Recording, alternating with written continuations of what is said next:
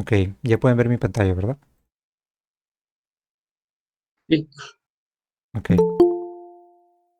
A ver, ya. Listo. Entonces, vamos a hacer un resumen de lo que hicimos la clase pasada, ¿no?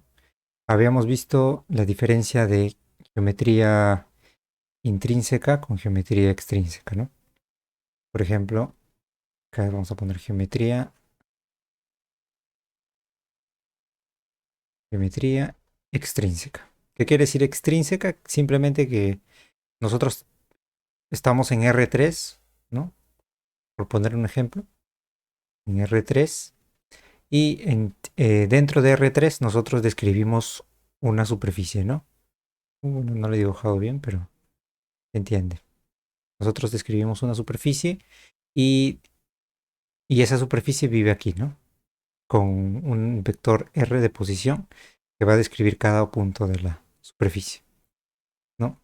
Entonces, si nosotros queríamos saber cuáles serían las bases de la superficie de aquí, ¿no? Entonces tendríamos que hacer, por ejemplo, I, pero la base es sub 1, es sub 2, es sub 3. O bueno, en este caso, si es una superficie, solamente sería E sub 1 y E sub 2, ¿no? Pero si fuera una superficie de 3 dimensiones, viviendo en un R4, entonces sería E sub 1, E sub 2, E sub 3, ¿no? La base E sub i sería la derivada parcial de R con respecto a X y, ¿no?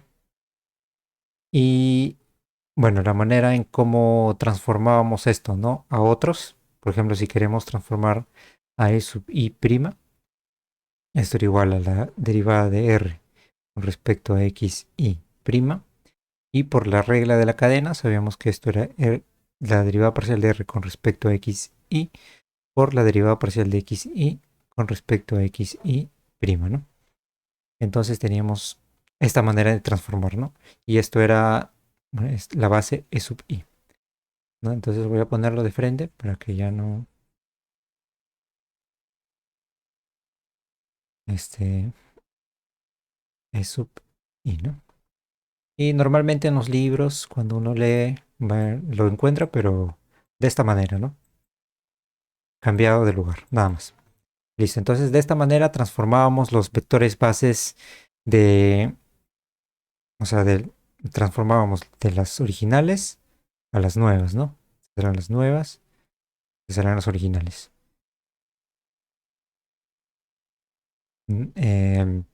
Esto era parecido a la matriz F, ¿no? Como la matriz F y I', ¿no? Parecido. Solamente que en este caso la matriz tiene, tiene componentes que dependen de X, de Y y de Z, ¿no? O sea, no son componentes constantes como habíamos visto anteriormente.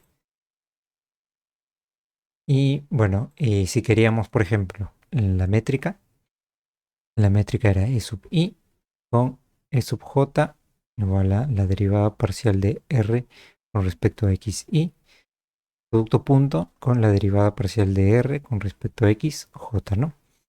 Listo. Entonces, estos eran los resultados más importantes de la geometría extrínseca. Em, Ahora les voy a explicar por qué vamos a usar la intrínseca, ¿no? Pero la geometría intrínseca, por otro lado, geometría intrínseca, simplemente ya no trabajamos con un espacio fuera de la superficie, ¿no? Sino solamente con la superficie. Únicamente con la superficie y listo. Y bueno, en el caso de la relatividad, la superficie sería el espacio-tiempo, ¿no? En el caso de la relatividad, esta superficie que vamos a describir sería el espacio-tiempo. Entonces, como en la relatividad, ¿no? En la teoría de la relatividad general, no se trabaja con un espacio en R5 o en espacio-tiempo, ¿no? Sabemos que tiene cuatro componentes, x1, x2 y x3 de espacio, ¿no? Espacio. Y el x0 era de tiempo, ¿no?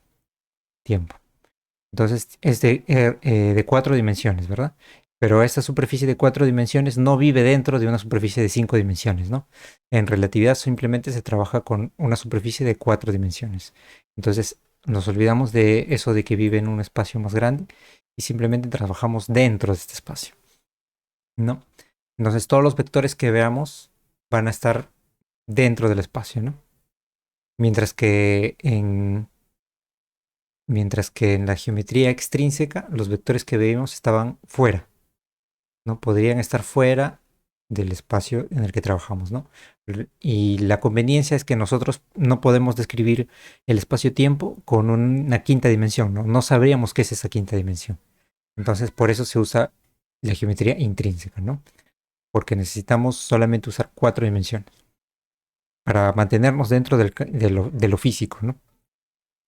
Entonces, simplemente para pasar de geometría intrínseca, ¿no? A la geometría extrínseca, lo único que hacemos es agarrar los resultados que tenemos aquí, pero ya no vamos a usar el vector R, ¿no? Entonces vamos a borrar el vector R. Y queda la diferencial así sola, nada más. Bueno, esto no hay manera de calcularlo, simplemente son las bases del espacio-tiempo, ¿no? Dependiendo de qué coordenadas usemos, vamos a usar las bases. No, no hay, o sea, esto no representa un vector como acá, ¿no? Acá podríamos representarlo como un vector fila, ¿no? Y poner acá R coseno, R seno, ¿no? Acá ya no se puede hacer eso. Simplemente tenemos que aceptar que son solamente bases, nada más. Y bueno, y si queremos hallar las transformaciones, hacemos lo mismo. Podemos copiar esto de aquí y simplemente borramos la R. Borramos esta R de aquí y listo. Todo se mantiene igual. Solamente que ya no está el R, ¿no? Y las transformaciones siguen siendo las mismas. Y bueno, acá me faltó poner que esto era la métrica, ¿no? Las componentes de la métrica, que era E y J, ¿no? Igual a esto. Entonces lo mismo pasa con la métrica. La métrica se mantiene igual, solamente que en vez de poner el R, vamos a borrarle acá. Y tenemos esos dos. Esa es la única diferencia. Ahora, acá la métrica la podemos hallar, ¿no? Acá podemos hallar la métrica.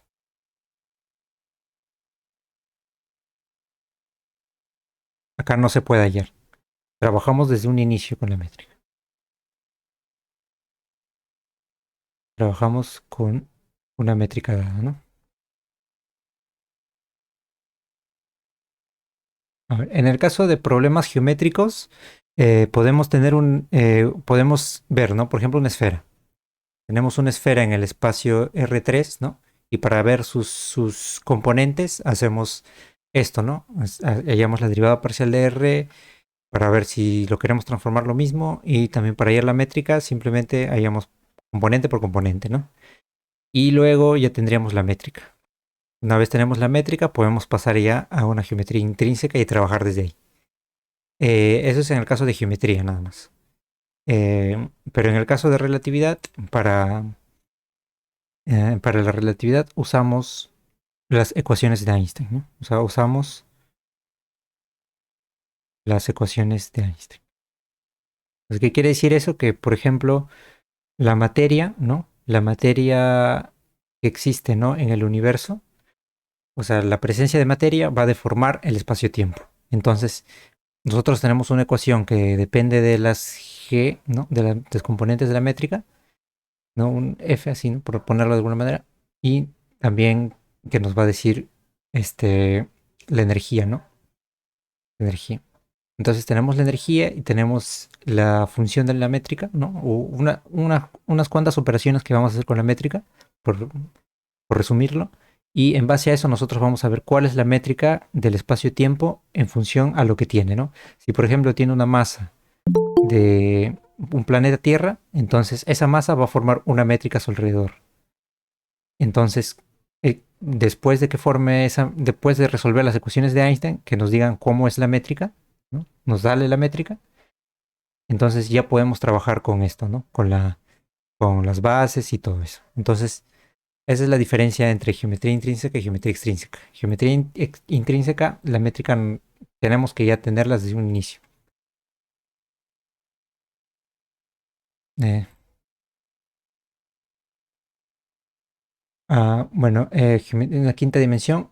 Bueno, en relatividad solamente se trabaja con cuatro dimensiones. Ahora, si se quiere expandir a más dimensiones, ahí entraríamos a cosas como, por ejemplo, la teoría de cuerdas, ¿no?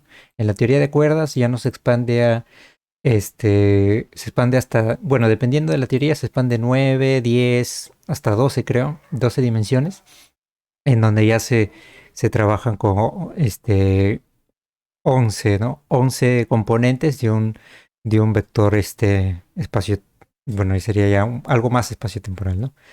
Pero bueno, nosotros no vamos a entrar a eso y además la teoría de cuerdas es algo hipotético todavía, no hay manera de comprobarlo, pero en relatividad solamente usamos cuatro dimensiones, nada más. O sea, no vamos a usar más. Eso ya corresponde a otra cosa, a otro curso. Bueno, entonces, para saber la métrica, resolvemos la ecuación de Einstein, que ya vamos a entrar a eso, pero para eh, relatividad siempre se trabaja con geometría intrínseca, ¿no? Bueno, entonces, lo siguiente que vamos a ver. Ya, en verdad, ¿alguna pregunta hasta ahí? Aparte de esta, ¿no? Que me habían puesto. Em, con respecto a lo que dijo de extrínseca, las tres dimensiones R3, ¿a qué hacen referencia? ¿Qué son? Las tres dimensiones. ¿De qué? R3, cuando dijo R3. R3 significa que son tres componentes espaciales, ¿no? X, Y, Z, ¿no? Por ejemplo. O sea, las Ah, componentes del ok. espacio, ¿No nada hace más. referencia al tiempo o algo así? El tiempo es la cuarta dimensión, ¿no? El componente cero del un vector en el espacio-tiempo, ¿no? Son Solo R4. espacio, ¿no? Claro, es un espacio, ¿no? En el espacio normal que vivimos nosotros, pues solamente hay tres coordenadas, ¿no? Por eso. Ya listo. Entonces, continuamos. Ya, ahora que ya más o menos se entiende por qué vamos a trabajar con la geometría intrínseca, ahora vamos a ver una cosa nueva. Oh, otra vez. Bueno, no sé qué pasa, pero ya bueno. Ahora vamos a ver otra cosa que es los vectores duales, que ya habíamos visto un poco, ¿no? Los vectores duales, ¿no? O las bases duales. Vectores duales y bases duales, ¿no? Bases duales. Entonces habíamos visto que, por ejemplo, un vector A lo podríamos escribir como A1, E1 más A2, E2, ¿no? Ese es un vector normal, ¿no? Ahora, si queremos un vector dual, vamos a poner acá, ese es un vector normal. Vector, ahora vamos a poner vector dual, ¿no? Es prácticamente lo mismo, lo vamos a denotar como con una raya acá, ¿no? Una tilde, ¿no? Un símbolo tilde, y lo vamos a escribir como B1 epsilon 1 más B2 epsilon 2. En este caso de aquí, estas son las componentes,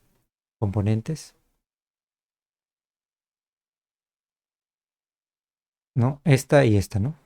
Y los epsilon, ¿no? Epsilon 1, epsilon 2 son las bases, ¿no? Y noten que, por ejemplo, acá las bases van como un subíndice, mientras que acá las bases van con un superíndice, ¿no? Eh, Eso para denotar que son como opuestos, ¿no? Son opuestos. Ahora voy a explicar bien lo de los índices, pero ahora las componentes van abajo y mientras que en los vectores normales van arriba, ¿no? Entonces, ahora, para qué sirven los vectores duales? Simplemente si nosotros tenemos el vector dual 1, ¿no? Actuando sobre E1, ¿no? O también podrías escribirlo así, ¿no? Epsilon 1 actuando sobre epsilon 1, pues, E1, ¿no? Esto es 1. Y epsilon 2 actuando sobre E1, esto es 0, ¿no? Y también esto es igual a epsilon 1 actuando sobre E2, ¿no? Y también por último tenemos la base epsilon 2 actuando sobre 2, ¿no? Y esto nos da 1 también. Entonces, como habíamos visto, para resumir esto, podríamos usar el delta Kronecker, que era epsilon i actuando sobre e sub j, nos daba el delta Kronecker i j, ¿no? Donde si i es igual a j, nos da 1, ¿no? Como habíamos visto acá, 1, 1 nos da 1, 2, 2 nos da 1. Si son diferentes, 2, 1 nos da 0, 1, 2 nos da 0, ¿no? Entonces, para resumir, vamos a ponerlo así.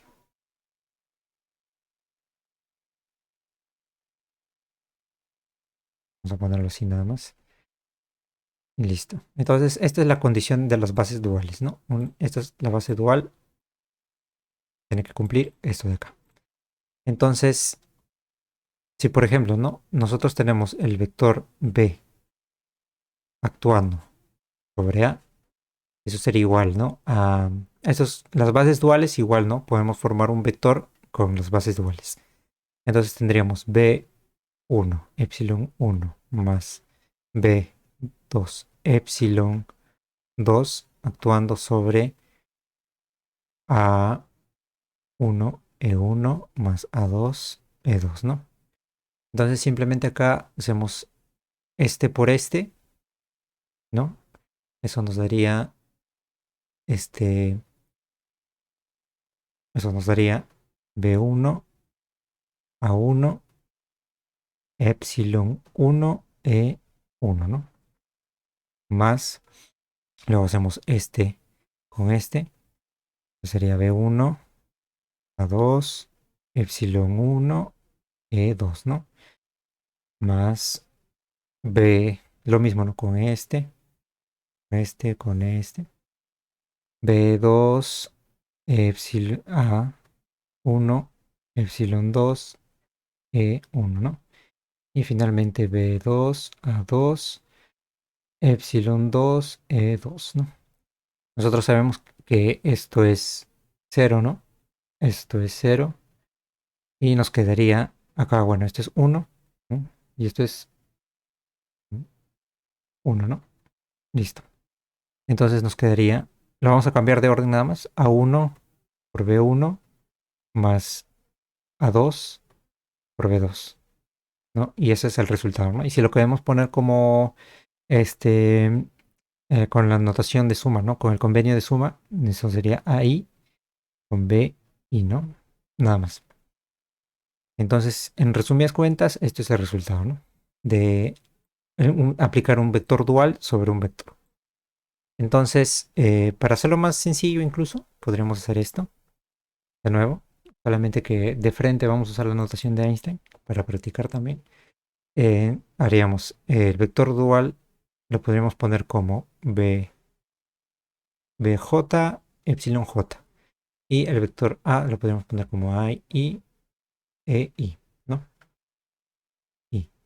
Entonces acá ponemos bj epsilon j aplicado sobre a i e i, ¿no? Eso nos daría a i b bj, ¿no? Por epsilon j e sub i, ¿no? Y esto de aquí es delta Kronecker j i, ¿no? Sería a i b j por el delta Kronecker j i. Entonces, acá cuando tenemos un delta Kronecker ji con otra letra acá, con otro índice, se va, ¿no? Es como si se cancelara. Si quieren, podemos verlo así, ¿no? bj por delta Kronecker ji. Esto es igual, los índices repetidos se van sumando, ¿no? b1 delta Kronecker 1 i más este b2 delta Kronecker 2 i, ¿no? Y si i vale 1, entonces solamente queda, vamos a ponerlo, i vale 1, entonces solamente queda b1. Si i vale 2, solamente queda b2, ¿no? Porque esto sería 0 y esto sería 1, b2, ¿no? Entonces, si i vale 1 y i vale 2, queda el mismo índice, ¿no? Entonces sería así, b i, ¿no? Esto sería b i, ¿no? Que es justamente lo mismo que cancelar estos dos. Una manera también de verlo. Delta Kronecker multiplicado con un escalar, ¿no? Listo. Entonces ya tenemos lo que hace una base dual a un vector, ¿no? A un vector normal. Nos quedaría A I multiplicado con B I, ¿no? Listo. Entonces este es el resultado. Voy a ponerlo acá.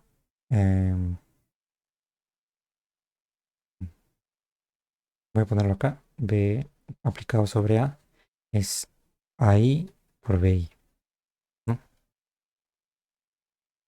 Y listo.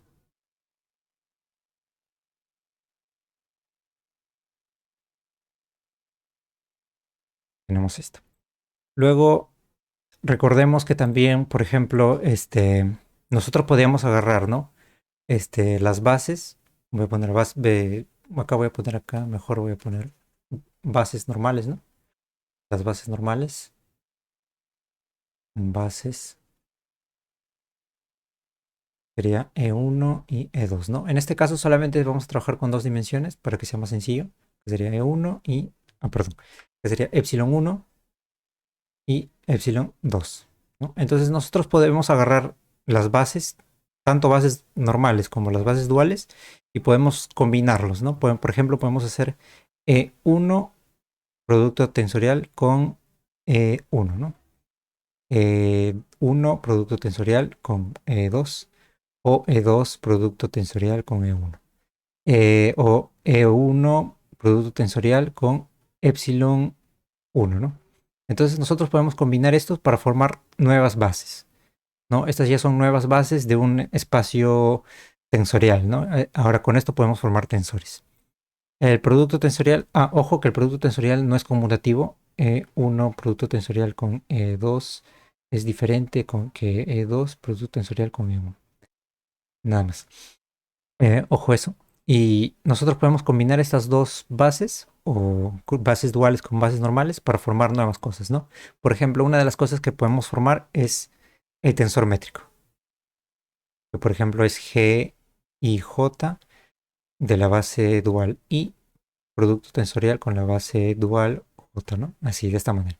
Que era, a ver si recuerdan, era G11, epsilon 1, producto tensorial epsilon 1 más G2, G12, producto tensorial de 1 con producto tensorial de 2, ¿no? Y así, ¿no? Sucesivamente. Hacíamos para 1, 1, 2, 1, 1, 2, 2, 2, ¿no? Para todos esos. Entonces, ahora sí, lo que hace un tensor, ¿no? Es actuar sobre vectores, ¿no? Por ejemplo, podemos hacer el tensor que actúe sobre el vector A y sobre el vector B, ¿no? Ojo, el vector normal, ¿eh? O sea, B es B1, E1 más B2 y E2, ¿no? Es un vector normal. Si fuera dual, tendría esta raya, ¿no? Entonces, ¿qué pasa si la métrica A actúa sobre A y B? Entonces tendríamos G y J, epsilon y producto tensorial con epsilon J. Eso actuando sobre A. Voy a ponerle K, E sub K. Y actuando sobre B sub L, E sub L, ¿no? Entonces, si nosotros queremos resolver esto, simplemente se actúa esta base dual con este vector. Sería G sub I J epsilon I actuando epsilon J sobre E sub K y eso sobre E sub L, ¿no?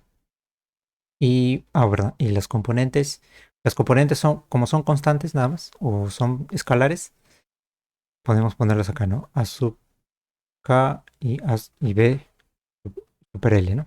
Ya está. Entonces, esto de acá sabemos que es delta Kronecker JK. Entonces tendríamos G sub IJ acá BL por el delta Kronecker JK. Y E sub I actuando sobre E sub L tendríamos delta Kronecker I sobre L, ¿no? Entonces, finalmente, lo mismo que había dicho antes, que cuando tenemos un delta Kronecker al costado, ¿no? Y hay índices repetidos, simplemente se pueden cancelar. Lo pueden cancelar como si fuera una división, ¿no? Algo así parecido. Entonces cancelamos este K con este K y se reemplaza por el que tenemos aquí, J. Acá era J y era J. J. Ya, se reemplaza por JK. Y el L se reemplaza por el I. Entonces nos quedaría G, I, J por A, J, B, I, ¿no? Y esto sería la métrica actuando sobre dos vectores, ¿no? Que a las finales esto es el producto punto, ¿no? Entonces el producto punto es simplemente la métrica actuando sobre dos vectores AB dentro de ese espacio. Y bueno, también lo que es el producto punto, ¿no? Esto no lo vamos a hacer este tipo de operaciones, simplemente era para que vean de dónde viene el producto punto. Vamos a guardar solamente el resultado. Guardamos el resultado de lo que es la métrica actuando sobre dos vectores, ¿no? Y también con eso este, tendríamos que el producto punto es G, I, J de A, I, B, J. Como la métrica es simétrica, ¿no? O sea que G, I, J es lo mismo que G, J, I. Normal podemos invertir los índices, no hay ningún problema. No pasa nada. Y nos quedaría esto, ¿no? Mejor así, porque ahora lo que voy a hacer es, otra manera de ver el producto punto sería lo mismo que aplicar A sobre el vector dual de B. Y como sabemos es esto de aquí, ¿no? Entonces sería A, I con B, I, ¿no? Entonces G, I, J, A, I, B, J es lo mismo que A, I y B, I, ¿no? Entonces podemos acomodarlo así para que se vea más claro. Podemos acomodar esto aquí, así. Y acá le ponemos un paréntesis, paréntesis.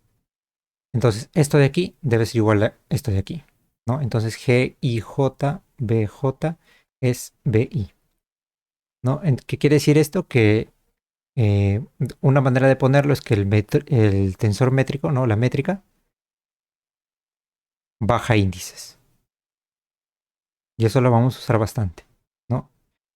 Vamos a, muchas veces vamos a tener, por ejemplo, los componentes de la métrica multiplicados por las componentes de un vector y simplemente lo podemos escribir de esta manera, ¿no? Bajamos el índice repetido, se repite J, ¿no? JJ se repite y lo baja acá, ¿no? Es una manera de ponerlo, ¿no? Entonces la métrica baja índices.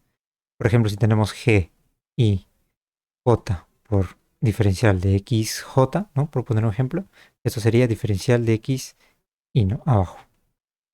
Poner un ejemplo, ¿no? Agarras el índice, lo bajas, nada más. Y listo. Eso era lo que quería llegar, que el métrica baja índices.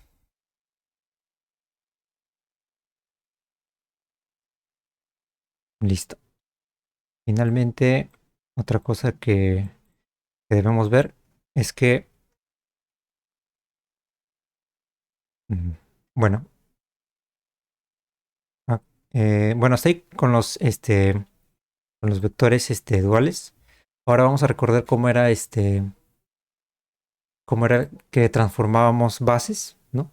Por ejemplo, tendríamos I, que era igual a, o I', ¿no? Que era igual a la derivada parcial de X y por la derivada parcial de X y con respecto a X y prima, ¿no? Esa era la manera. Normalmente en los libros se pone al revés, ¿no? Esto aquí. Pero es lo mismo, ¿no? A veces, si por ahí leen un libro y ven que está al revés, no hay ningún problema, es lo mismo. Entonces, esto de aquí es la nueva base, E sub i. Entonces tendríamos xi con respecto a xi' por x por epsilon i, ¿no? Perdón, por EI, ¿no? Y de la misma manera, si por ejemplo tenemos las componentes, ¿no? Habíamos visto que las componentes eran A. Digamos que tenemos un vector A, que es A sub I por E sub I, ¿no? Y esto debe ser igual, o sea, si lo escribimos con otras bases, ¿no? O con otras bases tendríamos E sub I' por E sub I', ¿no? Pero como esto de aquí sabemos cómo transforma, lo podemos escribir así, ¿no? E sub I' por por la transformación de esto que sería así, ¿no? X y con respecto a X y prima por E sub I, ¿no? Entonces, esto de aquí tiene que ser igual a esto de aquí, ¿no? Bueno, perdón, esto de aquí tiene que ser igual a esto de aquí, ¿no? Porque las bases de aquí son ya las mismas. Entonces tendríamos que el A sub I transforma así, ¿no? Y prima la derivativa parcial de I con respecto a X y prima, ¿no? De esta manera transforman las componentes de un vector. Y si se dan cuenta, por ejemplo, habíamos dicho, ¿no? También si teníamos la diferencial de X y era igual a la derivada parcial de, por la regla de la cadena, ¿no? La derivada parcial de xy con respecto a xy' por diferencial de xy', ¿no? Ahora lo voy a poner de la otra forma, ¿no? Así. Voy a cambiar el orden. Y si se dan cuenta, transforman esto de aquí, es lo mismo que esto de aquí. Entonces vemos que las componentes del vector transforman de la misma manera que las diferenciales, ¿no? Entonces eso nos va a dar una conexión entre lo que es el álgebra lineal,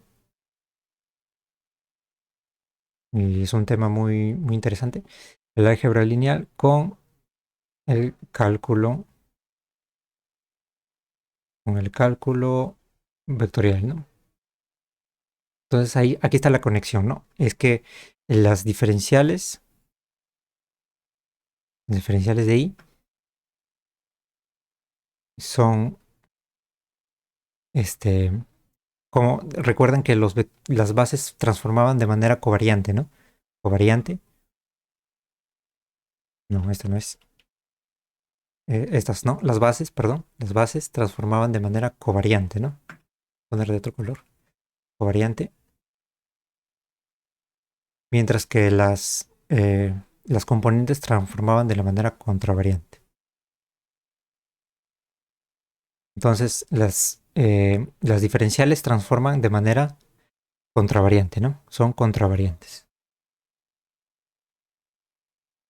Mientras que las bases, ¿no? E sub i son covariantes. Pero las bases eran esto, ¿no? Las bases también las escribíamos así, ¿no? Por ejemplo, E sub i es la derivada parcial con respecto a xy, ¿no? Entonces, en vez de escribir E sub i, vamos a escribir la derivada parcial con respecto a xy. Entonces, las derivadas parciales son covariantes, ¿no? Las derivadas parciales son las bases. Son las bases. Son las bases.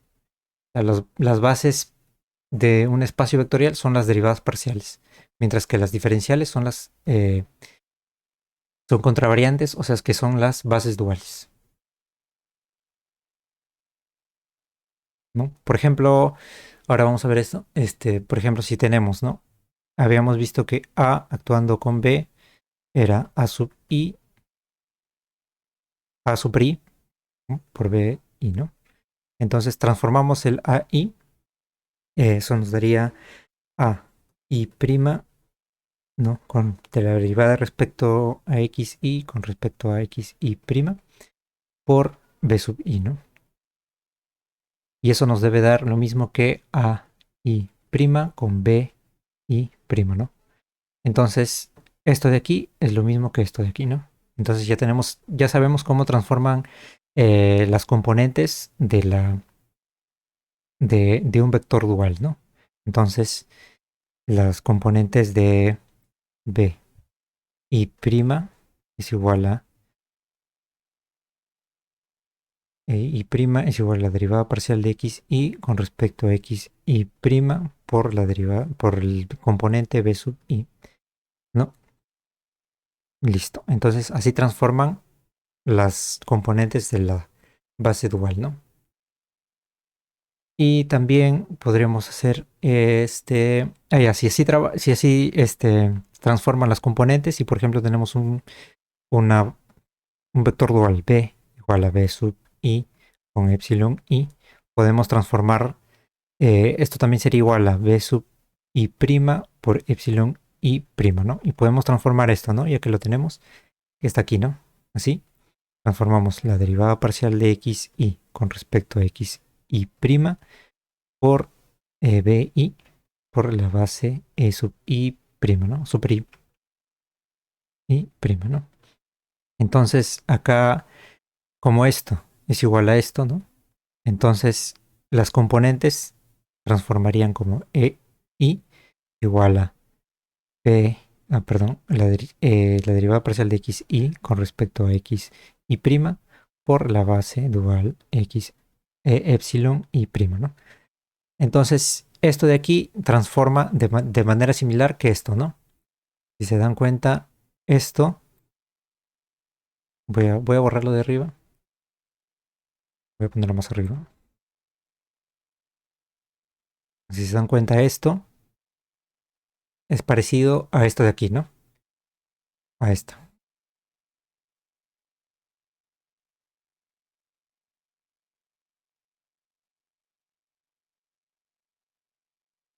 Ya, ahora sí, esto se parece a esto, ¿no? Porque transforman de la misma manera.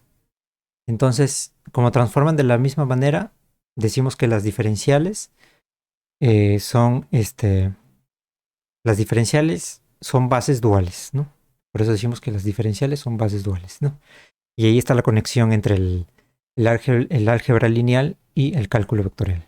Las bases duales son diferenciales y las bases son operadores derivadas parciales, ¿no? Esa es la conexión entre ambos, ¿no?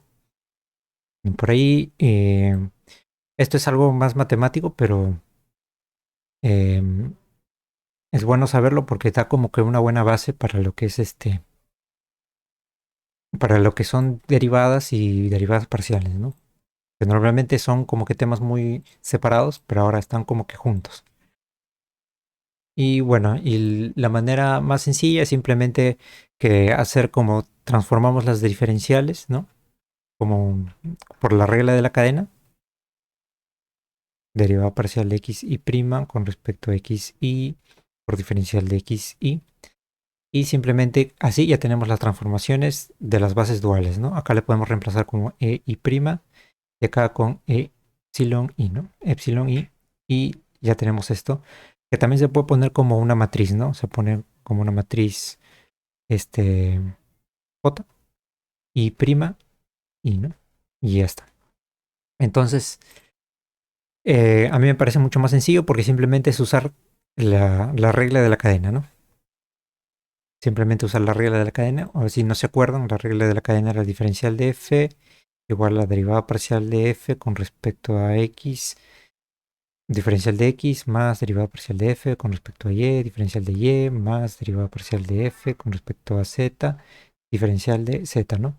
Entonces, lo único que hacíamos era cambiarle la y por y la z, ¿no? Por x1, 2 y x3, ¿no? Cambio de nombre nada más. x1, x2, x2, x3 y x3. Y usábamos, como son índices repetidos, ¿no? Acá, 1, 1, 2, 2, 3, 3. Usábamos el criterio de el convenio de suma de Einstein, que era x y por diferencial de x y, ¿no? Y está la regla de cadena, ¿no? Por si se olvidan por ahí y quieren deducirlo fácilmente, ahí está, ¿no? La notación de Einstein. Listo. Bueno, ¿hasta ahí alguna duda? ¿Alguna pregunta? Creo Como hemos que visto en el anterior, eran los vectores duales, ¿no? sí, vectores duales. Ya, gracias. ¿Nada más? ¿Alguna otra duda por ahí? Es algo un poquito difícil de ver al inicio, pero simplemente es una conexión que ya los matemáticos han hecho, ¿no? Poner vectores, es un nombre que les han dado, ¿no? Vectores duales y bases duales son operadores diferenciales, ¿no? Nada más. No se asusten si en las finales simplemente vamos a usar la regla de la cadena y nada más, ¿no? Solo la regla de la cadena y listo. Entonces, ahora digamos, vamos a practicar un poquito esto con un poco de, este, de ejemplos. Voy a poner acá, ¿no? Por ejemplo, digamos que tenemos, ahora sí vamos con los tensores, para ver más o menos cómo podemos aplicar eso. En relatividad, todo lo que vamos a usar son tensores, ¿ya? Y los tensores simplemente son, por ejemplo, digamos el tensor T es T y J, por ejemplo, de dos componentes, ¿no? Sería de la E, bueno, K sería el base dual, ¿no? E y con epsilon J, ¿no? Entonces, esto sería un tensor, un ejemplo de tensor, ¿no? Podríamos tener un tensor de más, ¿no? De más dimensiones, por ejemplo, este, S, ¿no? S ya digamos, S, digamos que es S y J K, y tenemos epsilon I, epsilon J, epsilon K, ¿no? A las finales, esto, si por ejemplo, I va de 1, 2 y 3. Entonces esto tendría 3 acá, 3 componentes acá, sería 3 por 3, 27, ¿no? 27 componentes. Y están compactificados, ¿no? En esto nada más, en esta notación. O sea, acá tenemos 27 números o variables compactificadas. Y bueno, y eso es con bases duales, ¿no? A ver, otro ejemplo con, por ejemplo, RSTU, digamos, ¿no? U y J, ¿no? Entonces, esto como tiene un índice arriba y un índice abajo, se le pone, ¿no? El que, por ejemplo, acá, ¿no? Acá tenemos tres índices abajo, entonces, como para compensar de alguna manera, por decirlo así, tenemos tres índices arriba, ¿no? Entonces, si acá tenemos un índice arriba, escribimos acá un índice abajo, ¿no? Y los que tienen índice abajo son las bases normales, ¿no? E sub i, y lo multiplicamos tensorialmente con el índice el este acá está abajo, ¿no? Entonces tendríamos que crear un índice arriba. Y los índices arriba lo tienen las bases duales. Entonces este tensor es un vector en una base dual, perdón, una base normal con una base dual, ¿no? Es una combinación de ambos. Y bueno, lo mismo un tensor B, ¿no? Digamos que tiene B, eh, I, J y abajo K, ¿no? Un ejemplo, ¿no? Son random. Ahorita vamos a ver ejemplos reales, bueno, que se usan en relatividad. Pero por mientras vamos a ver estos, ¿no? Entonces, esto de aquí, perdón, es igual. Tenemos dos arriba, dos arriba. También es importante ver el orden, ¿ah? Primero es I, entonces primero ponemos epsilon I, luego va el J, sería producto tensorial con la base J, y luego va el K, que como va abajo sería con una, no, perdón, tiene que compensarse, ¿no? Como va arriba, tendríamos que coger la base E, I, que está abajo, ¿no? Como el J está arriba, tendremos que coger la base E con J abajo. Y luego, si el K está abajo, tendremos que escoger la base dual con el K arriba, ¿no? Entonces, estas son las maneras de escribir tensores, ¿no? Esto se llama notación, si quieren investigar, ¿no? Notación covariante, ¿no? Entonces, toda la relatividad general se escribe en esta notación. Si no se puede escribir en notación, no es compatible con la relatividad general. Si no lo puedes escribir así, con índices arriba, índices abajo, entonces no es compatible, ¿no? Ahora, digamos, ¿no? Por ejemplo, en relatividad tenemos un tensor que se llama el tensor de Riemann, ¿no? Tensor de Riemann. Se denota con una R. Y este tensor tiene cuatro componentes, ¿no? Vamos a ponerlo R, I, J, K, L, ¿no? Entonces, el de arriba se compensa con uno de abajo y los demás son epsilon J, epsilon, epsilon K y epsilon L. Bueno, y también aprovechando que, por ejemplo, en algunos libros, en algunas notaciones, en vez de usar el producto tensorial, simplemente lo ponen todo junto. Así, ¿no? Nada más. O sea, lo ponen todo junto. Otra manera de escribirlo, pero para no generar confusiones, voy a poner el producto tensorial. Estas serían las componentes del tensor R, ¿no? Componentes. Y estas serían las bases, ¿no? Las bases. Bases y componentes, ¿no? Y listo. Entonces, voy a ver, por ejemplo, vamos a trabajar solamente con el primero que hemos hecho, ¿no? Estos son solo ejemplos. No significan nada. Bueno, el tensor de Riemann sí, pero todavía no lo vamos a ver. Entonces, vamos a, por ejemplo, vamos a transformar este tensor, ¿no? Recuerden que los tensores son invariantes, ¿no? Entonces lo único que podemos transformar son sus bases, sus componentes, ¿no? O sus bases. Entonces, digamos que tenemos T y J y queremos transformar esta base dual, ¿no? Acuérdense que las bases duales transforman, ¿no? Diferencial, voy a poner así, diferencial de X y producto tensorial con diferencial de X, J, ¿no? Entonces, las diferenciales transformaban así, ¿no? Regla de la cadena, diferencial de xy es la derivada parcial de xy con respecto a xy' por diferencial de xy', ¿no? Entonces, acá ponemos t y j y transformamos este primero. Sería la derivada parcial de xy con respecto a xy' por la diferencial de xy', ¿no? Y luego transformamos el otro. Simplemente cambiamos el j. En vez de i ponemos j, sería de diferencial de xj con perdón, sería la derivada parcial de xj con respecto a xj' por diferencial de xj', ¿no? Entonces lo voy a poner entre paréntesis para que no haya confusiones.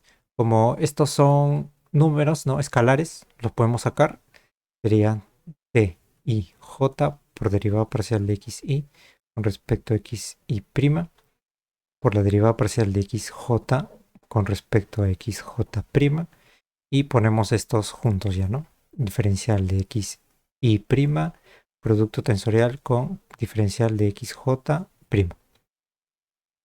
Y esto de aquí, ¿no? Recuerdan que, por ejemplo, si teníamos un vector A, lo podríamos escribir como AI por la base, sumado con sus bases, ¿no? Pero también lo podemos escribir con las bases primadas, así, ¿no? Porque era el mismo vector. Entonces, de la misma manera, esto de aquí se puede escribir como t i' j', diferencial de x y', producto tensorial con diferencial de xj'. Nada más. Entonces, esto de aquí, voy a ponerlo de otro color. Uy, ¿no? Esto de aquí debe ser lo mismo que esto de aquí, ¿no? Para que se cumpla la igualdad. Entonces, la manera en la que transformamos los componentes de un tensor es simplemente hacemos t y j', transforma con la derivada parcial de xy con xy' por la derivada parcial de xj' por t y j, ¿no? Entonces así transforman los tensores. Si no transforman así, no son tensores. Entonces este es el criterio de transformación para los tensores o las componentes, ¿no? De los tensores de esta manera. Y este tipo de transformaciones, ¿no? Cuando agarras derivadas parciales, se llama difeomorfismos, ¿no? Entonces, un requisito de los tensores, ¿no? En relatividad es que deben transformar con difeomorfismos, ¿no? En otras palabras, con derivadas parciales, ¿no? Con esas derivadas parciales. Entonces, vemos que deben, los tensores deben transformar con difeomorfismos. Una palabra pretenciosa, ¿no? Para poner que simplemente con derivadas parciales. Nada más. Entonces, de esta manera transformamos tensores, ¿no? Ahí vamos a hacer otros ejemplos. Mm, un ejemplito más para que quede claro. digamos que... Ah, y un vector también es un tensor, solamente que de rango 1. O sea, de la misma manera transformamos las bases E sub i' a E sub i, ¿no? Y con derivadas parciales. Entonces también transforma bajo difeomorfismos, por ende es un tensor de relatividad, ¿no? Vamos a hacer otro ejemplo. Mm, Este T no significa nada por ahora, no se preocupen el significado físico, simplemente es para practicar. Digamos que tenemos un tensor, vamos a ponerle una letra, M. Sería M y I, J, K, ¿no? Entonces, como el de arriba va con uno de abajo, producto tensorial con uno de abajo va con uno de arriba y K va con esto, ¿no? K. Epsilon K, ¿no? Listo. Entonces también recordemos que las bases eran derivadas parciales, ¿no? Las bases eran derivadas parciales y las derivadas parciales X y transforman de esta manera, ¿no? La derivada parcial por la regla de la cadena sería la derivada parcial de X con respecto a, sería la derivada parcial de Y' por la derivada parcial de X y acá se pone Y, ¿no? Listo. O también, bueno, sí está bien, ya, entonces así transforman las derivadas parciales, ¿no? Esto sería la base E sub I' y esta sería la base E sub I, ¿no? Una manera de ponerlo. Eh, sí, ya, listo. Ah, también a veces se pone así, derivada parcial I es igual a derivada parcial de X y' con respecto a X y por la derivada parcial Y', ¿no? Recuerden que las derivadas parciales son lo mismo que las bases, ¿no? Entonces lo vamos a escribir así para guiarnos. Esto sería igual a M y J K, ¿no? Por la derivada parcial, ¿no? Y producto tensorial, las bases duales serán diferenciales, XJ, diferencial de XK, ¿no? Ahora sí transformamos, ¿no? M y J K. Esto de aquí es la derivada parcial de X y' con respecto a X y por la derivada por la base primada, ¿no? Y prima. Todo eso, producto tensorial con diferencial de XJ, ¿no? Que sería la derivada parcial de XJ con respecto a XJ' por diferencial de XJ', ¿no? Todo eso, producto tensorial, ¿no? Voy a mover esto.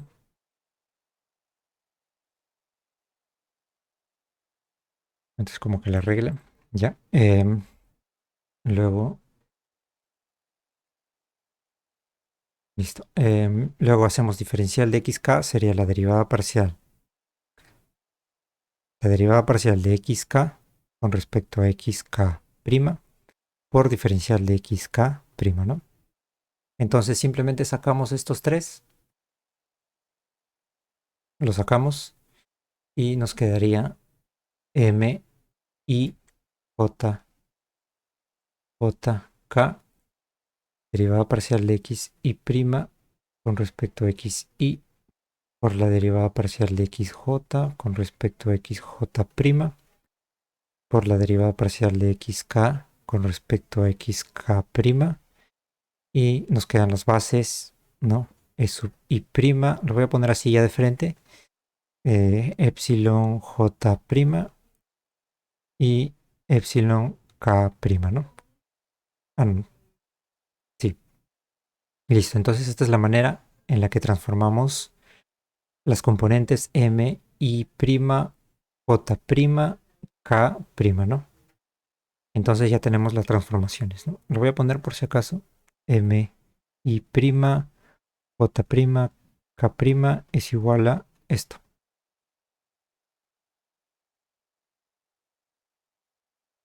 A esto de aquí. Listo. con esto transformamos vectores, tensores de rango allá y se llama, por ejemplo, si tiene una base, ¿no? Normal, le pones rango, las bases normales, la cantidad de bases normales que tiene sería uno y la cantidad de bases duales 2, ¿no? Así se pone rango uno 2 dependiendo de cuántas bases normales y cuántas bases duales tiene. Entonces, así transforman las tensores de rango uno 2, ¿no? Hasta ahí, ¿hay alguna pregunta? ¿Alguna duda? ¿Y por qué el prima no está como antes abajo? No lo entendí cuando lo transformó. ¿Cómo qué? ¿Qué no está qué? ¿Por qué el prima cuando se usa las diferenciales, creo que así se llaman, no está abajo como antes? O sea, usted comenzaba arriba sin un prima y abajo con un prima y luego lo multiplicaba con un prima. Ujú. ¿Y por qué Entonces, ahora está arriba el prima y abajo está la luz? bueno, es que es lo inverso, ¿no? Para los vectores duales transforman de manera inversa con los vectores normales, ¿no? Nada más. O sea, es lo inverso porque son vectores diferentes. O sea, son vectores duales diferentes que los vectores normales. A ver, vamos a ver. Por ejemplo, acá, ¿no? Estos son los vectores duales, ¿no? El índice repetido siempre tiene que estar uno arriba y otro abajo. Y estos son los vectores normales, ¿no? Perdón, las bases normales. Acá lo mismo, ¿no? Uno arriba y otro abajo. Entonces, este de acá sería la base primada y la base normal, ¿no? Por eso es lo contrario. Mira, si te das cuenta, este de aquí es lo opuesto a este de aquí. Nada más. Ah, ya, ok, gracias. Listo. Entonces, así ya tenemos cómo transforman las bases duales con las bases normales, ¿no? Un ejemplo de acá con tensores. Listo. Bueno, ahora vamos a ver. Bueno, ya tenemos claro eso de cómo transforman. Ya recuerden que los tensores transforman siempre con difeomorfismos, que son simplemente multiplicar por las derivadas parciales. Nada más. Y listo. Con eso creo que ya terminamos los tensores. Listo. Entonces, esos son los criterios para transformar tensores. Ahora lo que vamos a ver es simplemente vamos a ver lo que es la derivada covariante,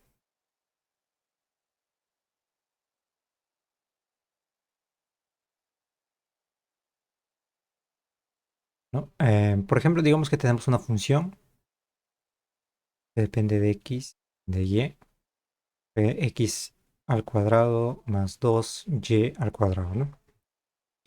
Entonces, si nosotros queremos hallar la diferencial, ¿no? Diferencial de f sería igual a la derivada parcial de f con respecto a x por diferencial de x más derivada parcial de f con respecto a y por diferencial de y, ¿no? Esto es igual a, por ejemplo, la derivada parcial de f con respecto a x es 2x por diferencial de x más la derivada parcial de f con respecto a y es 4y por diferencial de y, ¿no? Pero recordemos, ¿no? Que, por ejemplo, esto de aquí lo podemos poner como si fuera un vector, ¿no? Este es a1, ¿no? O bueno, recordemos, acá mejor en vez de y lo voy a poner, en vez de y lo voy a poner x2. Y en vez de x, x1, x1, x2, x2, ¿no? Entonces esto sería x1, esto sería no, x2, acá para 1, x2, ¿no? X2, y eso sería diferencial de x2, ¿no? Entonces, bueno, esto no es una notación covariante, ojo, porque los índices están repetidos arriba, ¿no? Pero podemos poner igual con la notación de Einstein, que sería, a este de aquí le vamos a poner a1, y esto de aquí le vamos a poner a2, ¿no? Entonces esto sería a1 diferencial de x1 más a2 diferencial de x2, ¿no? Y esto de aquí es como si tuviéramos un vector dual, ¿no? Y diferencial de x y, ¿no? Es como si fuera un vector dual. Entonces ahí más o menos vamos a conectar, ¿no? Diferencial con un vector dual. Ahora, si por ejemplo teníamos, ¿no? La derivada direccional, si por ejemplo tenemos la derivada direccional, se pone así, ¿no? Ahora, primero voy a explicar qué es la derivada direccional, por si acaso no saben. Digamos que tenemos esta misma función, ¿no? Y lo representamos en el plano XY. En el plano XY. Entonces, digamos, en el punto 0, 0, esa función tendría valor 0, ¿no? 0, ¿no? En el punto 0, 0. En el punto 1, 1 tendría valor, sería 1 más 2, 3, ¿no? Tendría un valor 3, ¿no? Imagínense un puntito que vale 3. En el punto 2, 1 tendría un valor de 4 más 2 por 1, ¿no? Y 6, ¿no? Tendría 6, ¿no? Entonces cada punto dentro de este plano, ¿no? Tiene un número asociado, ¿no? Digamos, acá tiene un número, digamos que acá es 15, ¿no? Por inventar números, ¿no? Acá es 16, acá es 24, ¿no? Entonces, si nosotros trazamos un camino, ¿no? Digamos que vamos de este camino hasta aquí, digamos este camino aquí, va a haber, f va a variar, ¿no? ¿Cómo varía f en este camino, ¿no? Sería f evaluado en el punto 1, 1 menos f evaluado en el punto 0, 0, ¿no? Esa es como que varía la variación de f, ¿no? Pero esta variación depende de la dirección, ¿no? Por ejemplo, no es lo mismo esto, vamos a ponerle 1, que la variación f en 2, que sería desde el punto 0, así, ¿no? En esta dirección, en este caminito. Entonces, en ese camino sería f evaluado en 1, 0 menos f evaluado en 0, 0, ¿no? Entonces, va a depender de qué camino usemos ah, para saber cómo va a variar, ¿no? Entonces, ahora digamos que escogemos eh, un vector muy pequeño, ¿no? Vemos un vector pequeño de coordenadas U1, bueno, así, y U2, ¿no? Digamos que escogemos un vector pequeño y esa va a ser la dirección de cambio, ¿no? Entonces, como este vector es pequeño, lo vamos a multiplicar por una variación que le vamos a poner h, ¿no?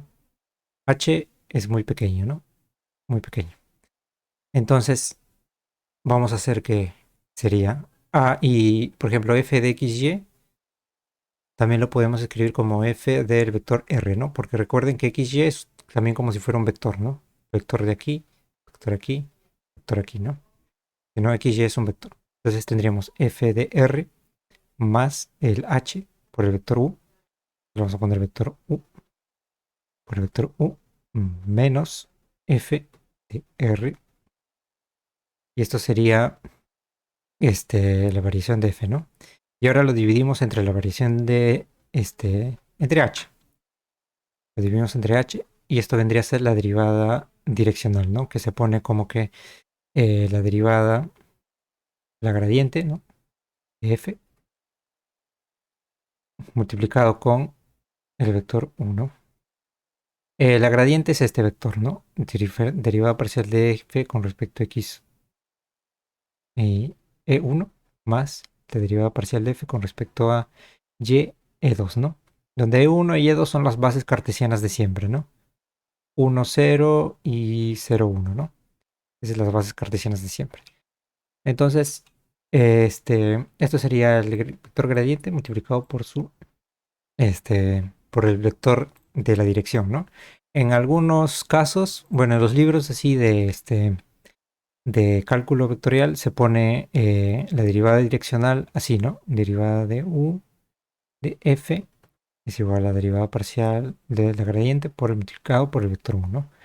Y en algunos casos también se pone la derivada direccional, que es igual a la gradiente de f por el vector u, pero dividido entre su módulo, ¿no? Nosotros no vamos a usar esto porque en la notación covariante que vamos a usar no vamos a dividirlo entre su módulo, ¿no? Simplemente vamos a usar esta notación, nada más. Listo. Entonces, si por ejemplo queremos hacer esto de aquí, lo podemos poner, ¿no? Como la derivada parcial de f, uy, la derivada parcial de f con respecto a lo voy a borrar un momento. Vamos a poner,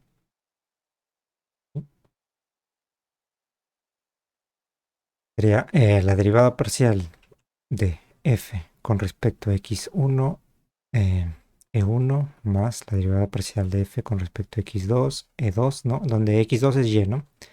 Multiplicado por el vector u, que sería u1 e1 más u2 e2, ¿no?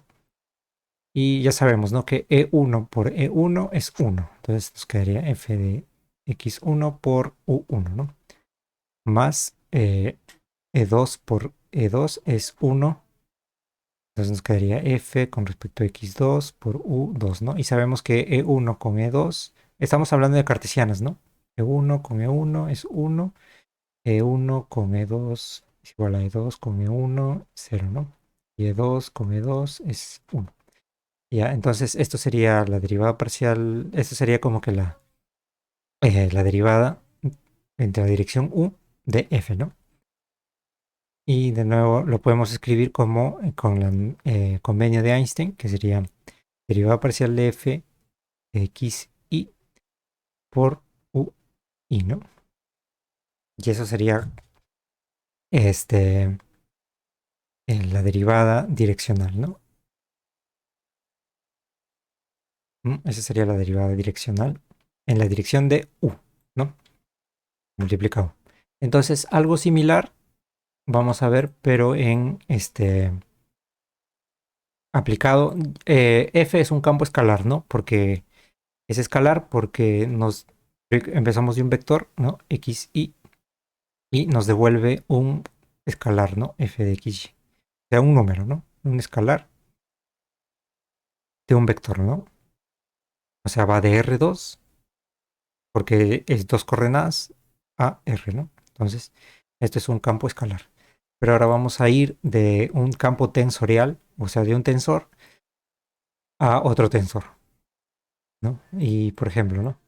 Digamos que tenemos, bueno, primero vamos a empezar con un vector, que es el tensor más sencillo, ¿no?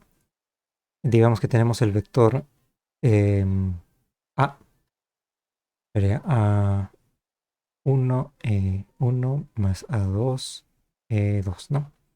Entonces yo creo hallar la derivada direccional en dirección de U del vector A, ¿no? Entonces sería la derivada parcial de x y de A, de A, de todo A, por la dirección, ¿no? U y, ¿no? Pero en este caso ya no vamos a usar solamente la derivada direccional, sino, o sea, no vamos a usar solamente la dirección, sino que todo esto, U y esto, recuerden que U era, voy a ponerlo así, ¿no? U era U1, E1 más U2, E2, ¿no? Y recuerden que U1 era la componente, ¿no? 1 y esto era la base, que la base también la podríamos escribir como derivadas parciales, ¿no? Más U2, derivada parcial 2, ¿no? O también si quieren U1, derivada parcial de x1, más U2, derivada parcial de x2. Entonces, ¿qué cosa es un vector? Un vector es un operador diferencial, ¿no? Recordemos eso, un operador diferencial. Entonces, acá lo podemos poner como que el vector U está actuando sobre A, ¿no? El vector U está actuando sobre A. Por eso se pone Recuerden que esto también lo podemos escribir como en el convenio de Einstein UI por diferencial de I, ¿no? Perdón, con la derivada parcial de I, ¿no? Así, ¿no? Entonces lo único que hemos hecho, hemos generalizado, ¿no? El concepto de derivada direccional, lo hemos generalizado y la derivada direccional, digamos, ¿no? En U es igual al vector U, que es UI, derivada parcial de I, aplicado sobre algo, ¿no? Sobre algo, ¿no? Así. Voy a ponerlo mejor. Porque ahora sabemos que las derivadas, que los vectores y las bases son este, operadores, ¿no? Esto es un operador, ¿no? Entonces el U lo ponemos aquí y le aplicamos a lo que queramos, ¿no? Puede ser un tensor, puede ser un tensor de grado de rango 1, 2, 3, 4, con lo que trabajemos, ¿no? Sí, pero siempre va a ser de esa manera, ¿no? Entonces, continuemos. Vamos a ponerlo, vamos a seguir con el vector, el ejemplo del vector. Entonces, habíamos dicho que esto es UI por la derivada parcial de I, ¿no? Aplicado sobre el vector A. Pero A es a J, vamos a ponerle J por E, J, ¿no? Entonces, acá sería A, J, E, J, ¿no? Entonces, podemos UI.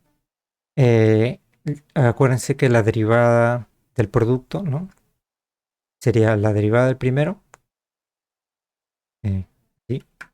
Derivada parcial de I de AJ por el segundo, el primero, por el segundo que es J, más eh, la derivada del segundo por el primero, ¿no? AJ por la derivada de I de, perdón, EJ, ¿no? Entonces esto sería UI por la derivada parcial de AJ con respecto a I, ¿no? A XI, ¿no? Si quieres ponerlo así, AJ con respecto a XI por J más AJ por la derivada parcial de XI de EJ, ¿no? Así, ¿no? Y esto es la derivada covariante, ¿no? Eso es lo que se llama derivada covariante. Bueno, ahora podemos seguir haciéndolo, pero acá nos hemos encontrado con un problema que es que no sabemos cómo es la derivada parcial la derivada parcial de una base, ¿no? Como había dicho en el anterior caso, ¿no? En la geometría extrínseca, nosotros podemos tener la base como un vector fila, ¿no? Pero en la intrínseca, nosotros no tenemos eso, ¿no? Nosotros no tenemos esto de aquí, no tenemos esto. Entonces, ¿cómo podríamos hallar la derivada parcial de una base, ¿no? Bueno, para hacer eso tendríamos que trabajar con la métrica, ¿no? Entonces, la métrica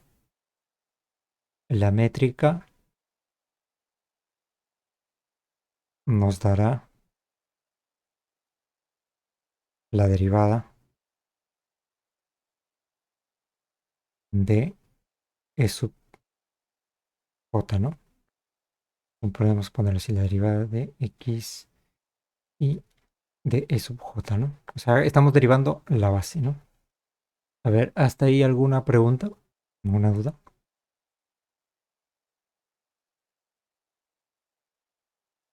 Simplemente estamos derivando.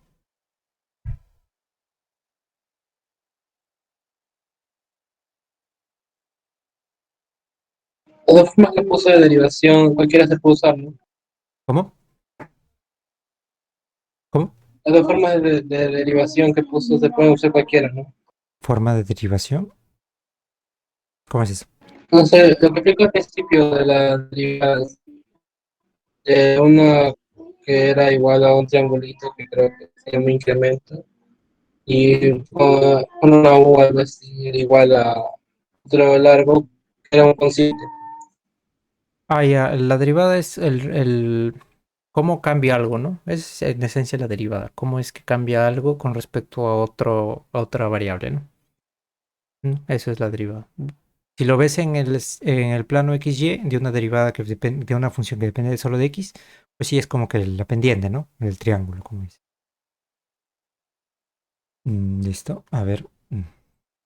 Entonces, lo que nos va a dar esto de aquí, la derivada parcial de X y de la base, es la métrica, ¿no? Pero antes, vamos a ver, ¿no? ¿Qué significa derivar una base, ¿no? En un punto, digamos que estamos en una variedad, ¿no? Perdón, no he dicho que es variedad. Digamos que estamos encima de una superficie, ¿no? De una superficie espaciotemporal, o bueno, cualquier superficie puede ser, ¿no? De una superficie cualquiera, ¿no? Estamos en una superficie y cada punto de la superficie va a tener dos bases, ¿no? En el caso de una superficie eh, bidimensional, ¿no? O sea que solamente tiene dos componentes. Entonces cada punto va a tener un E1 y un E2, ¿no? En este punto de aquí son así, pero en este punto de aquí pueden ser diferentes, ¿no? Puede ser uno más grande, E1, y uno más pequeño, eh, E2, ¿no? Así. Pueden ser así, ¿no?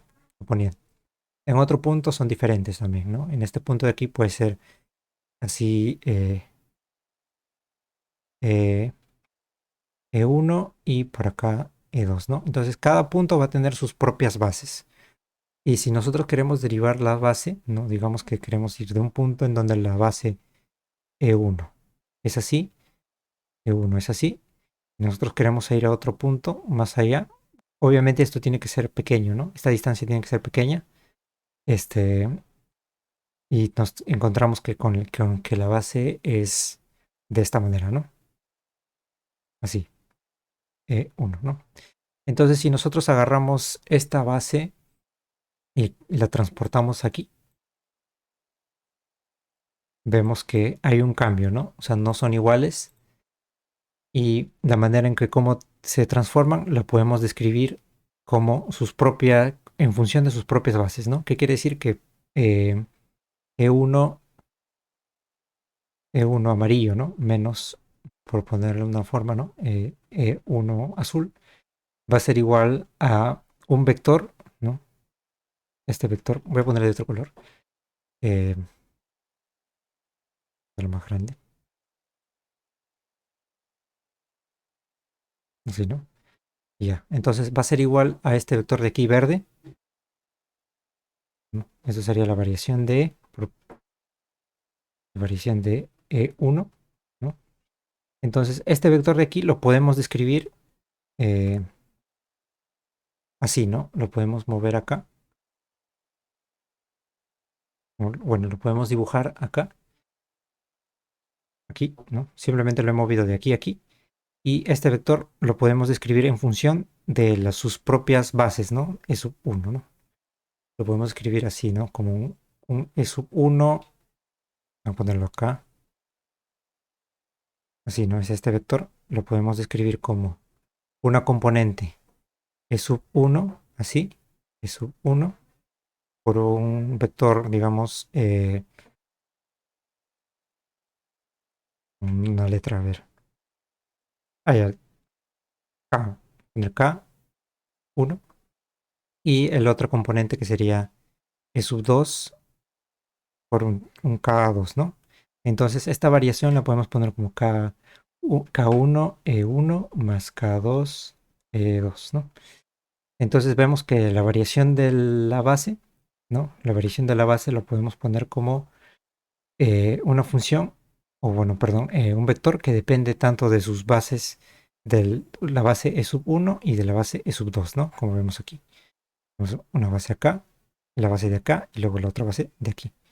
Entonces, la variación de esta sería la variación de E sub 1, estaría en función de tanto de E sub 1 como de E sub 2, ¿no?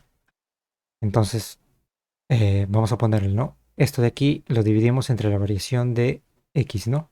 X y, ¿no? Donde X es, por ejemplo, digamos que esto es nuestro origen, esto vale, esta línea de aquí vale X, esta línea de aquí vale X y X1. Y esta línea de aquí vale, estas líneas, ¿no? Paralelas son X2, ¿no? Entonces, acá en el punto X tantos, ¿no? X1 igual a 20, ¿no? Por decirlo.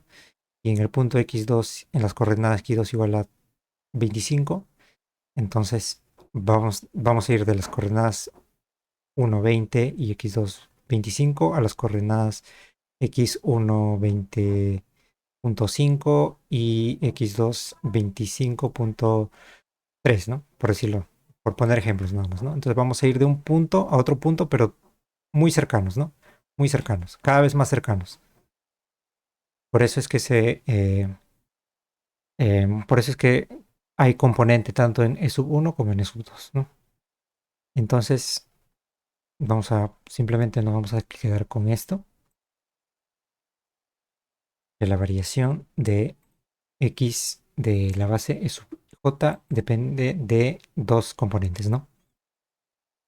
Entonces, si nosotros queremos, por ejemplo, la variación, ¿no? La variación de E sub J con respecto a X y eso nos va a dar unas componentes, ¿no? En E sub 1 más otra componente en E sub 2, ¿no? A ese componente normalmente se le llama gamma. Gamma, gamma, ¿no? La gamma mayúscula, ¿no? Entonces, como es estar abajo, esto lo ponemos arriba y como está abajo, lo ponemos arriba. Pero acá falta, digamos, ¿no? Que tenemos la variación de X de E sub 1. Acá tenemos, como tenemos dos bases, E sub 1 y E sub 2, estas son las bases. Tenemos las componentes X1 y X2. Tenemos cuatro variaciones, ¿no? Podemos hacer la variación de E1 con respecto a X1. Podemos hacer la derivada parcial de E2 con respecto a X1. Podemos hacer la derivada parcial de 1 con respecto a X2 y la derivada parcial de 2 con respecto a X2, ¿no? Entonces, cada uno de estos va a tener gamas diferentes, ¿no? Por ejemplo, ¿no? Este sería un gamma 1, E1, gamma más, más gamma 2, E2, y este de aquí tendría otras gamas, gamma 1, E1, gamma 2, E2, ¿no? Entonces, para distinguirlas, ponemos los índices que están aquí, ¿no? Digamos, en este caso de aquí, ponemos 1, 1, 1, 1. Y acá ponemos 1, 2, 1 y 2, 1, ¿no? Son dos cosas diferentes. Entonces, cada una de esas variaciones, ¿no? De variaciones de las bases va a tener diferentes componentes, ¿no? Y esas componentes van a depender de lo que usemos aquí. J, I, ¿no? Entonces ponemos J, vamos a ponerlo IJ. Acá IJ. Ahora verán que IJ, gamma, IJ es lo mismo que gamma JI. Puede ser cualquiera de los dos. Entonces, es lo mismo, ¿ya? Ya, entonces usamos el convenio de Einstein y como vemos repetido aquí, repetido aquí, repetido aquí, repetido aquí, usamos gamma, vamos a ponerle otra letra acá, K, ¿no? Y J, ¿no? Y a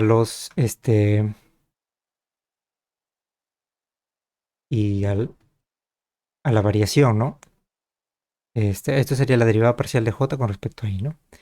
Entonces, a estos de aquí, a estos símbolos que tienen 16 componentes, no, perdón, 8 componentes, ¿no? Porque acá puede ser, acá tiene 2, acá tiene 2, acá tiene 2. Entonces, en total son 8 componentes, ¿no? Puede ser gamma 1, 1, 2, gamma 2, 2, 1, gamma 1, 1, 1 y así sucesivamente, ¿no? Puede ver, dependiendo de con cuántas dimensiones trabajemos, va a tener tantas componentes, ¿no? En el caso de relatividad, tenemos 4 aquí y 4 aquí. Entonces, en total tendríamos 64 componentes, ¿no? 64 componentes que hay que calcular ahí, derivando, derivando, derivando. Y a estos símbolos de aquí se le llaman símbolos de Christoffel.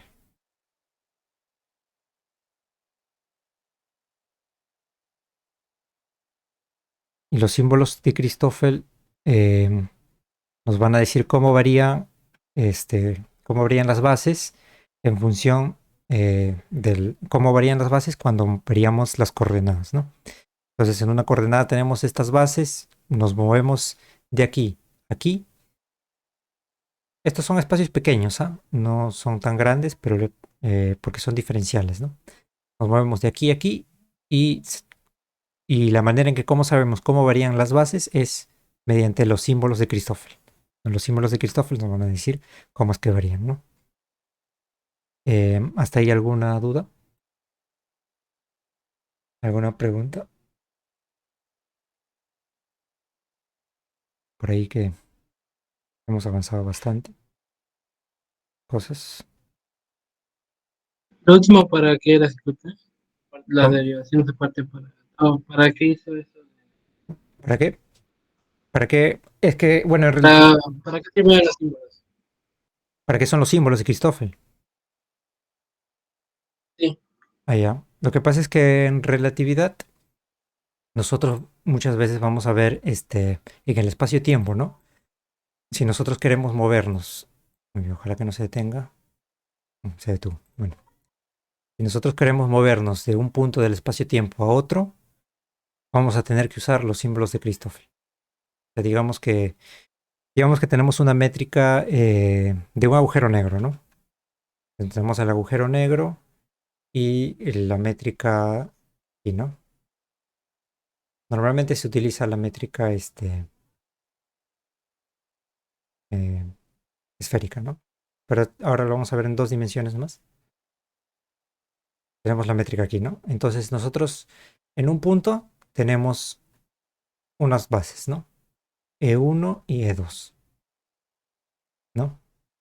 Entonces si nosotros nos queremos mover de aquí, digamos que este es el agujero negro, ¿no? En este punto está el agujero negro. Entonces si nosotros nos queremos, por ejemplo, acercar al agujero negro, nos movemos por aquí, ¿no? O nos podemos mover por aquí. Nos movemos así y nos acercamos al agujero negro, ¿no? Ahora estamos en este punto. Y en ese punto las bases van a ser diferentes, ¿no? Digamos que una es así y otra es así, ¿no? Entonces las bases han variado.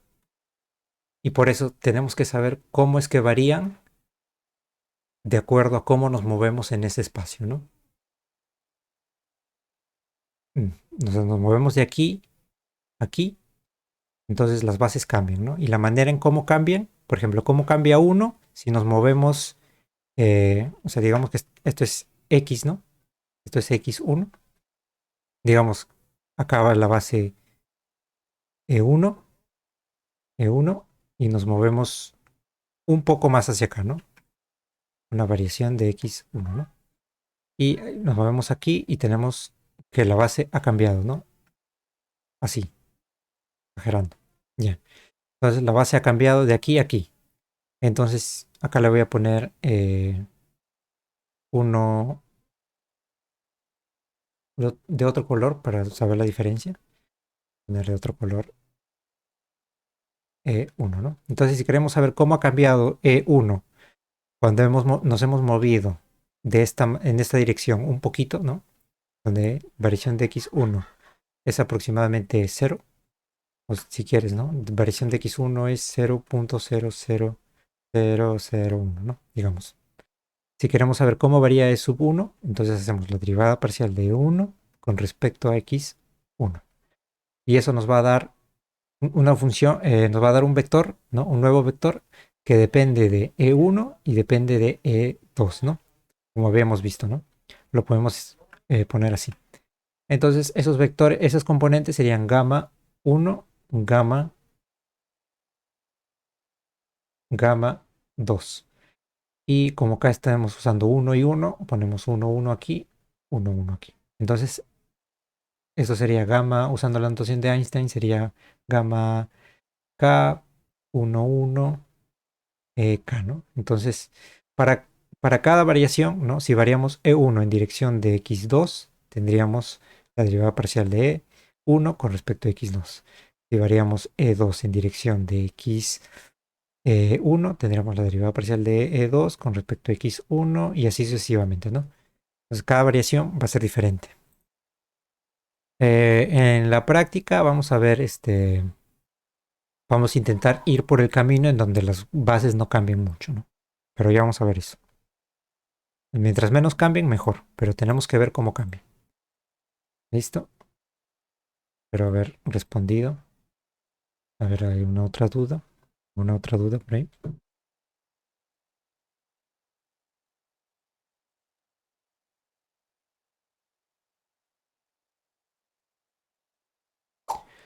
Listo. Entonces, para terminar, voy a hacer una última cosa. Es demostrar que los símbolos son simétricos, ¿no? Por ejemplo, ¿no? Habíamos dicho que, digamos que queremos saber la derivada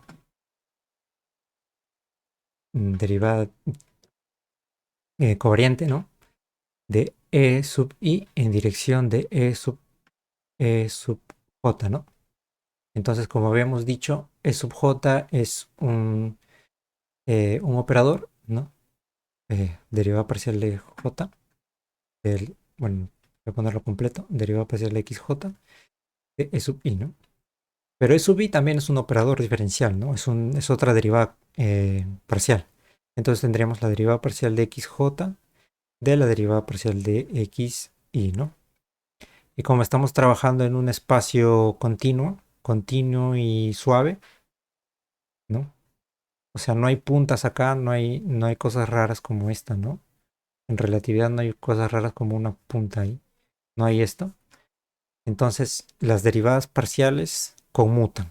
O sea, ¿qué quiere decir? Que la derivada parcial de x1 de x2 es lo mismo. Digamos que ponemos una función, ¿no? Si primero derivamos la función con respecto a x2 y luego derivamos la función con respecto a x1, es lo mismo que derivar x2 de la derivada parcial de f de x1. Entonces, si derivamos primero con respecto a x1 y luego con respecto a x2, es lo mismo que hacer primero con respecto a x2 y luego con respecto a x1. Son conmutativos, ¿no? Conmutan. Las derivadas conmutan. Esto solo si estamos trabajando en un espacio plano, pero en relatividad siempre se trabaja con espacios así suaves, ¿no? No hay cosas raras. Entonces, esto de aquí lo podemos poner como la derivada parcial de x y, o sea, los cambiamos, ¿no? Los invertimos por la derivada parcial de x, j, ¿no? Y como sabemos, esto de aquí es la derivada de y, ¿no? Y esto de aquí es la base e sub j. Entonces tenemos que la derivada, y esto de aquí es como la derivada covariante, ¿no? La derivada covariante de e sub j en dirección de e sub i, ¿no? Así. Lo voy a escribir mejor. ¿Entiende? Listo. Aquí está. Ya. Entonces, la derivada parcial de e i en dirección de sub j es lo mismo que la derivada parcial de sub j respecto de sub i. Entonces, si por ejemplo teníamos, ¿no? La derivada parcial de e sub i con respecto a x, bueno, un ejemplo claro sería e sub 1 con respecto a x2, sería lo mismo que la derivada parcial de e2 con respecto a x1, ¿no? Entonces, esto de aquí tenía símbolos gamma. Digamos que ponemos primero el de aquí. Sería 1, 2, K, K, ¿no? E sub K. Y esto sería igual a gamma 2, 1, K y K, ¿no? Entonces, como vemos, los símbolos pueden conmutar en el espacio, en un espacio suave, los gamas cambian, ¿no? Entonces, gamma K y J es lo mismo que gamma K, J, I, ¿no? En resumidas cuentas. Eso siempre. Son simétricos en sus componentes de abajo, ¿no? Sus componentes I, J. y listo.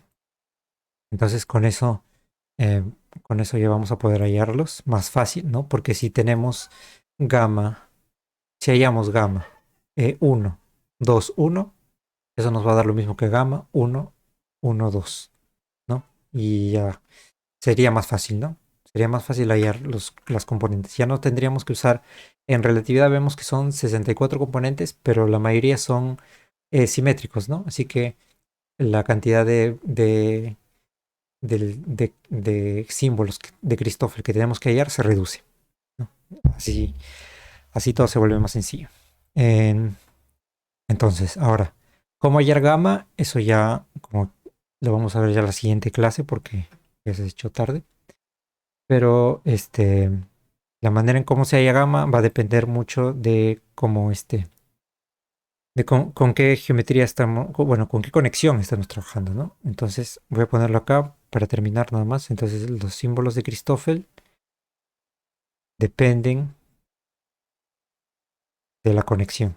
Entonces, ¿qué significa eso? Que nosotros vamos a elegir una conexión. ¿Qué significa conexión? Simplemente que si nosotros tenemos una variedad, ¿no? A esto se le llama variedad, ¿no?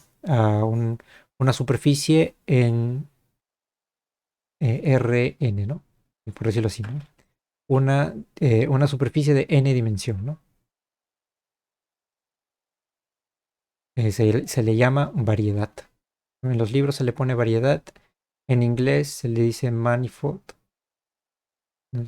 Por si acaso, por ahí leen algún inglés. Y ya, entonces, si tenemos una conexión, va a depender de cómo es que nosotros agarramos, digamos que tenemos un vector aquí, ¿no? Si nosotros lo movemos o lo transportamos, ¿no? Así se llama, lo transportamos hacia acá. Y la manera en cómo cambia este vector, digamos B, nos dice cómo es la conexión. Entonces la conexión nos dice cómo cambia un vector. Eso por si acaso en un libro leen que depende de la conexión y no saben qué cosa es conexión, no saben qué están hablando. Simplemente es que agarramos un vector, lo variamos y dependiendo de cómo varíe, nosotros decimos que tiene tal conexión o no, ¿no? Nada más. Nosotros vamos a usar la conexión, lo que se llama conexión Levi-Civita, así se llama. Es la que siempre vamos a usar, así que no se preocupen por aprenderse otras conexiones, que simplemente siempre vamos a usar estas.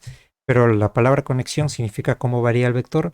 Y bueno, en la conexión Levi-Civita los vectores varían de tal manera que está relacionado con los símbolos de Christoffel, ¿no? Entonces, para ciertos símbolos de Christoffel usamos una conexión y nosotros vamos a usar la conexión Levi-Civita, ¿no? Si usamos otra conexión, la relatividad cambia, ¿no? Totalmente. Pero nosotros solamente vamos a usar la conexión Levi-Civita. Listo. Nada más. Y con eso concluimos. A ver, hasta ahí. Si tienen alguna pregunta, normal, siéntase libre de preguntar. Si no, ya ahí nos vemos hasta la próxima clase. Bueno, mañana, ¿no? Mañana, mañana. Y ya vamos a ver qué cosas son las conexiones, los símbolos de Christoffel y todo eso. Listo. ¿Qué demostró en el último? ¿Cómo? ¿Qué demostraba en la última que hizo? ¿Repito? No, ¿qué demostraba en la última? No lo puedo ¿La entender pizarra? muy bien. Ahí está. ¿Qué demostró de los símbolos, creo? Ah, que, bueno, los símbolos dependen de la conexión, ¿no? ¿Eso? ¿Es tu pregunta? Sí, creo que eso, o era más alto. Nosotros agarramos un vector y lo movemos, ¿no? Y ese vector va a cambiar, ¿no? Entonces, la manera en cómo cambia depende de la conexión. Entonces, para ciertas conexiones, los símbolos de Christoffel son de tal manera, mientras que para otras conexiones son diferentes, ¿no? Nada más, ¿no? Digamos que, por ejemplo, ¿no? Para la conexión Levi-Civita, la componente del símbolo de Christoffel 0, 1, 0 nos da 1 sobre r cuadrado, ¿no? Por ejemplo.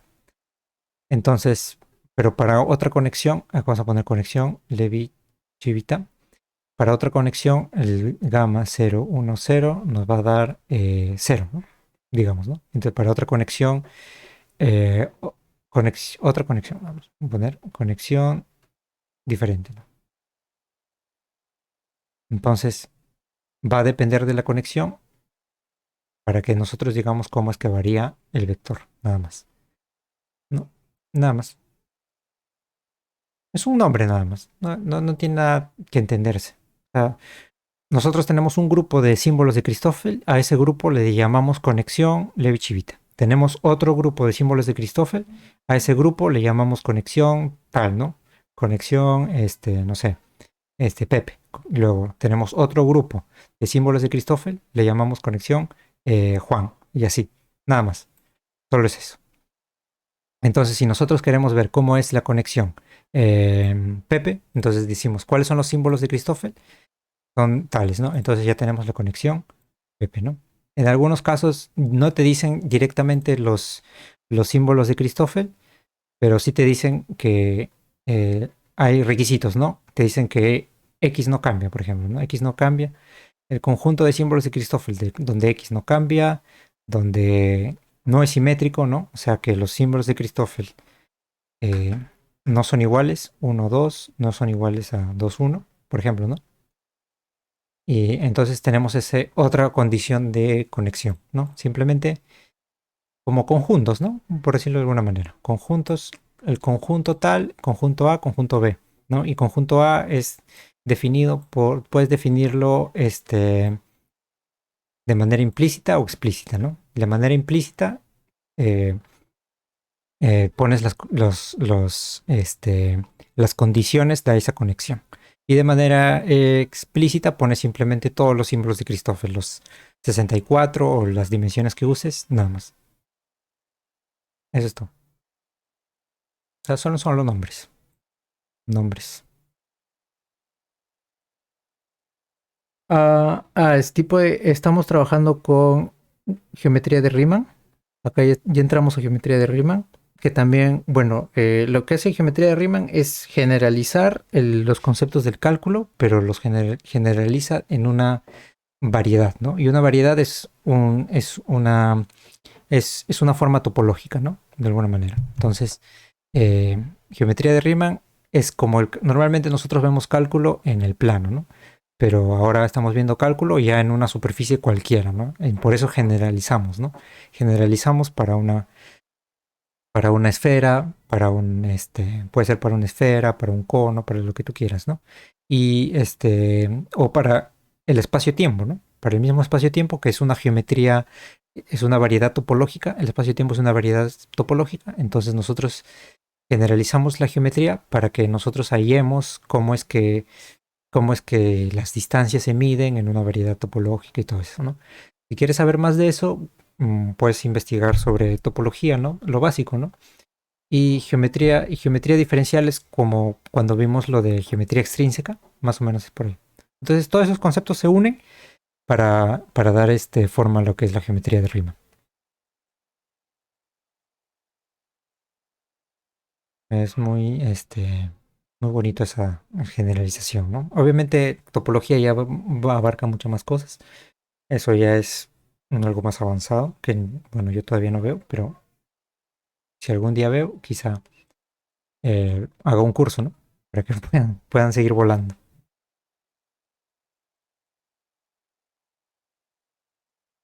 Listo, si tienen más preguntas, pregunten. Si no, hasta mañana.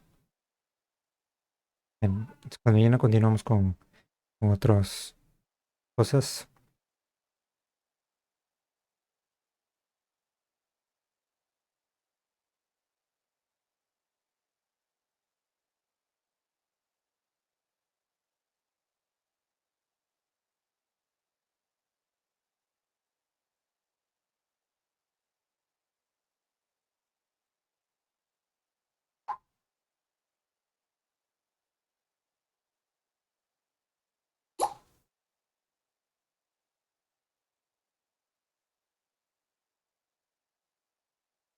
Gracias.